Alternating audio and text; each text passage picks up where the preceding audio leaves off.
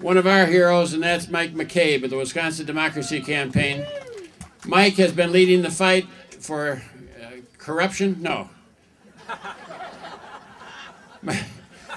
Mike has done more to expose the corruption in state government than anyone I can think of. And when you listen to him, ask yourself now, what are we going to do about the information that he's giving you? So please welcome Mike McCabe.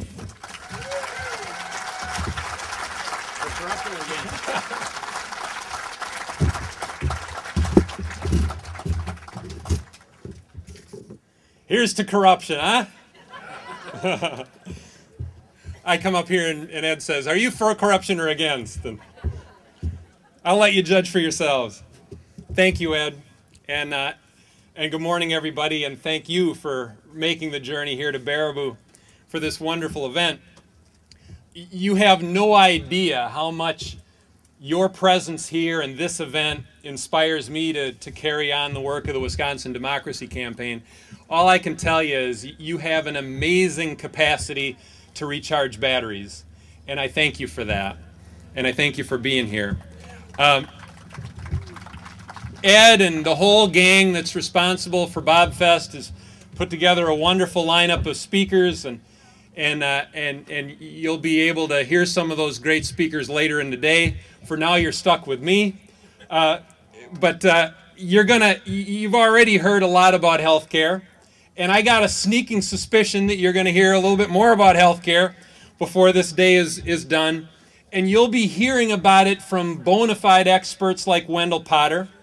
I can't wait to hear him myself. I saw him on Bill Moyers, and I'm really looking forward to hearing him here today.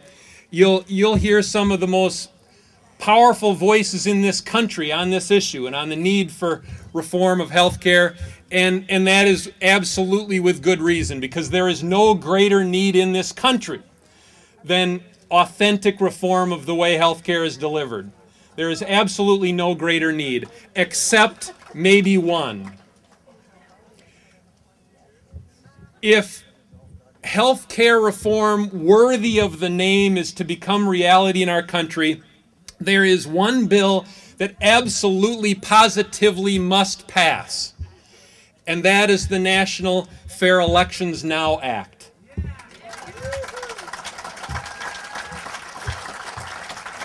This bill would give us something that is so vitally important to the future of the health care reform debate, a top-to-bottom overhaul of the way congressional elections are paid for, replacing the system of legalized extortion and bribery with one that puts the average citizen, the average voter, in the driver's seat.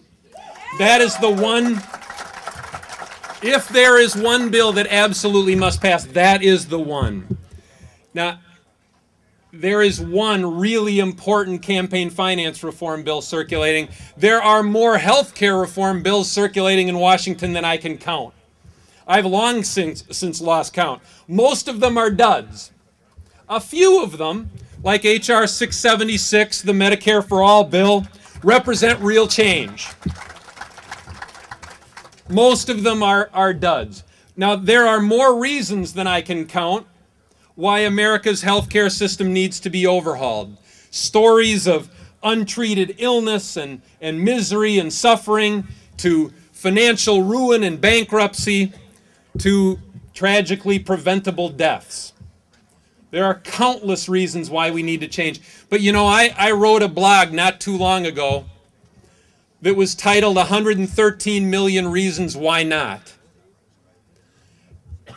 It was about 113 million reasons why the most efficient and effective and fiscally responsible approach to health care reform has been considered off the table in Washington. 113 million reasons why health care reform's fate is so uncertain. $113 million given to candidates for federal office in 2008 alone by the very industries, the insurance cartel, the healthcare conglomerates, the pharmaceutical companies that want to keep things exactly the way they are. And when I wrote that blog, I knew that I was telling only a small part of the story, because $113 million changed hands in 2008 alone. But over the last decade, these industries have given over $2 billion to candidates for federal office. They've spent more than $260 million lobbying in the halls of the Capitol this year alone. And they've got 6 lobbyists for every member of Congress. And they're signing up 3 new lobbyists on health care every single day in Washington. So we're watching this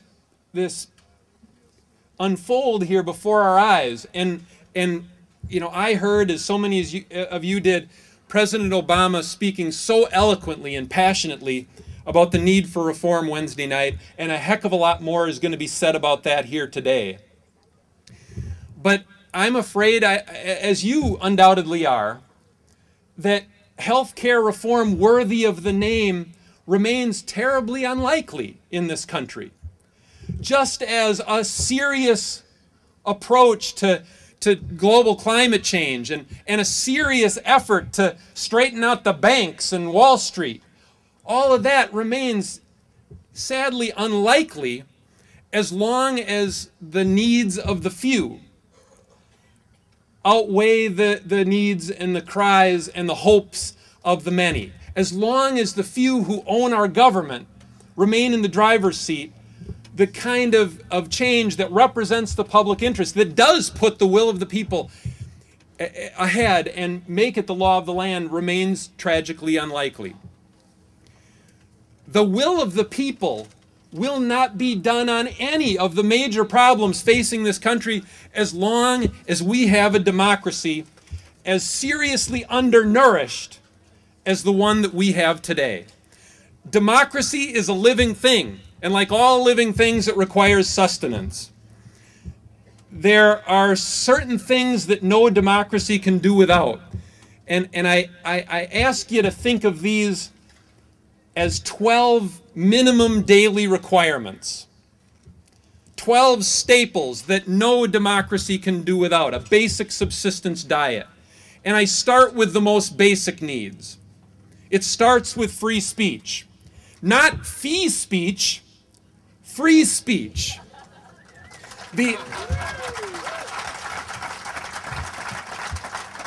Doggone it, the ability to be heard needs to be as jealously protected as the right to speak. We have to have free speech, not fee speech. Number 2 on my list is a free and independent press. And I don't even know how much longer we're going to be able to call it the press. Maybe the digital age will soon enough make us do without printed news. But we cannot allow it to make us do without journalism. Because we cannot have a democracy without journalism. Number 3 is legitimate elections. Now, obviously, the right to vote has to be jealously guarded. But just as importantly, voters need to be able to trust that every ballot is counted and counted properly. And we can't overlook the way political jurisdictions are drawn.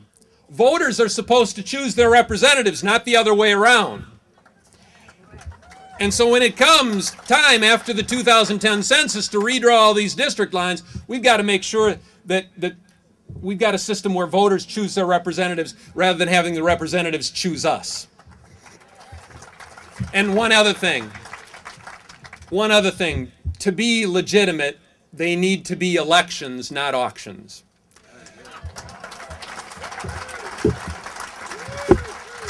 Number 4, for me, is equal justice under the law. And that means fair and impartial courts. That means independent judges. Criminal justice cannot be an oxymoron in a democracy. Now, on this point, I want to say that we are on the brink here in Wisconsin of striking a major blow for equal justice under the law and fair and impartial courts and independent judges. To that end, I need you to make 3 phone calls. And I want you to find one of these orange flyers sometime today. You can find them at the Democracy Campaigns table. You'll be able to find them in our noon breakout session. But I'd really like you to pick up one of these orange flyers, because I need you to make 3 phone calls so that we can push the impartial justice bill across the goal line here in Wisconsin. We are on the brink. We are that close. We need your help to push it over that goal line, because we have a chance here to strike a major blow for impartial justice, fair and impartial courts, independent judges, and equal justice under the law right here in Wisconsin. Now, those are basics, but I want to start digging down a little deeper in terms of what every legitimate democracy needs, and that brings me to number 5. We've got to have an ability to distinguish between democracy and commerce. In a democracy or any just society, not every human interaction can be a financial transaction. There has got to be a difference between democracy and commerce. And number 6, there has to be an appreciation for and a devotion to the commons. We can have a society where everything is privatized, or we can have a democracy, but we cannot have both. Number 7, you got to have citizenship. There can be a ruling class, or there can be democracy, but there cannot be both. We have to be the ruling class in our society. Which leads to number 8, civic education. Preparing our nation's youth to live in a democracy needs to be front and center in our schools. Lord knows that math and science are important. And Lord knows it's important to prepare our young people to be economically productive. But for God's sake, we can't allow math and science to crowd out civics. We have to be at least as good. We have to be at least as good at preparing our young people to be participants in a democracy as we are at making them good worker bees. That is essential. Number 9 out of 12 for me is a distribution of wealth sufficient to sustain a middle class.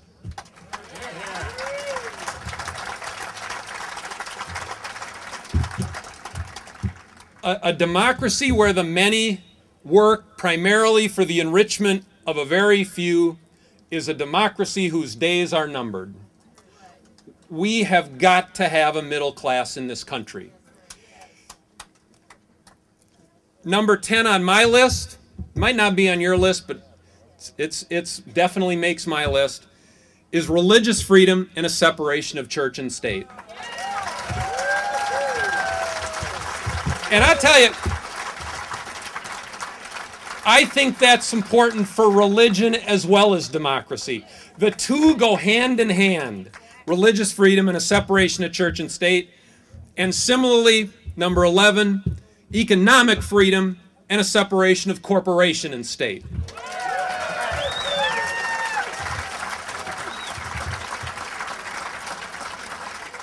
Now, those two go hand in hand as well.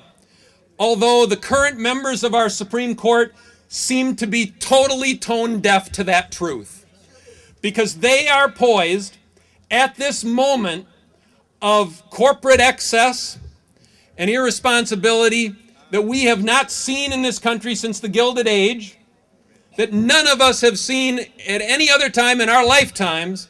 They are poised to rule that corporations do not have enough political clout. What the hell planet are they on?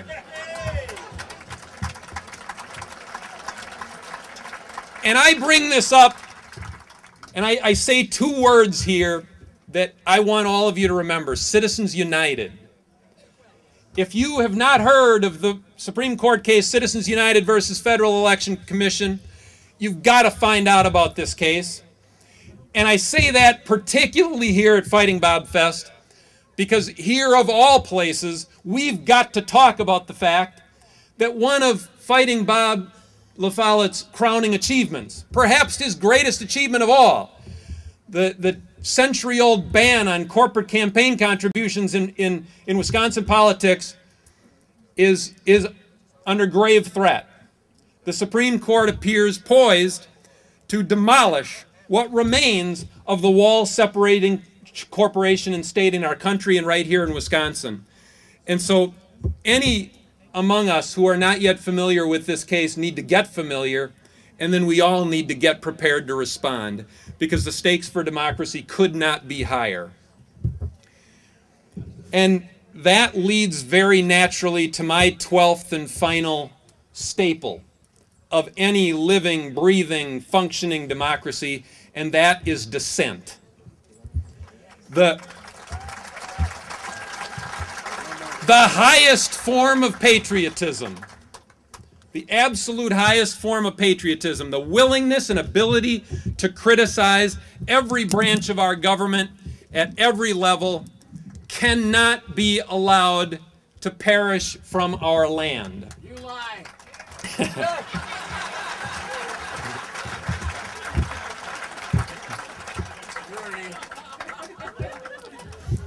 If it does, so does the very idea of democracy.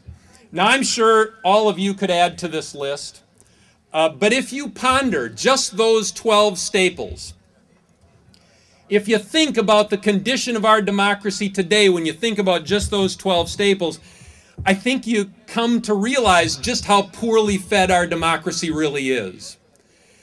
And you also come to realize just how vulnerable all of us are. And of course, with this realization, the debate on health care and the debate on global climate change and the debate on the banks and Wall Street and the debate on so many problems facing America comes into so much clearer focus. We have got our work cut out for us, and there is so much to be done. There is so much that needs doing. But I just want to leave you with this. Before panic sets in and before the task before us overwhelms you, I want you to remember that our opportunities at this moment are at least as great as our challenges.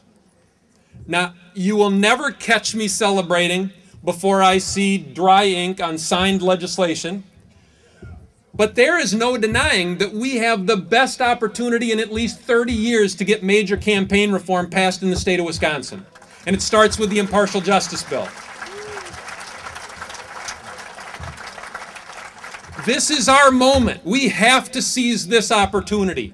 And that's why I need you to make 3 phone calls. And that's why we need you to come to our noon breakout. That's why we need to figure out together what we can do today and tomorrow and the next day to make people matter more than money in politics. This is our moment, and we have to seize this opportunity, because if we are to remake our democracy into one that is worthy of the name, and if we're to remake our democracy into one that is worthy of the memory and the legacy and the spirit of Fighting Bob La Follette, this is the time we have to do it, and we have to seize this opportunity. Thank you.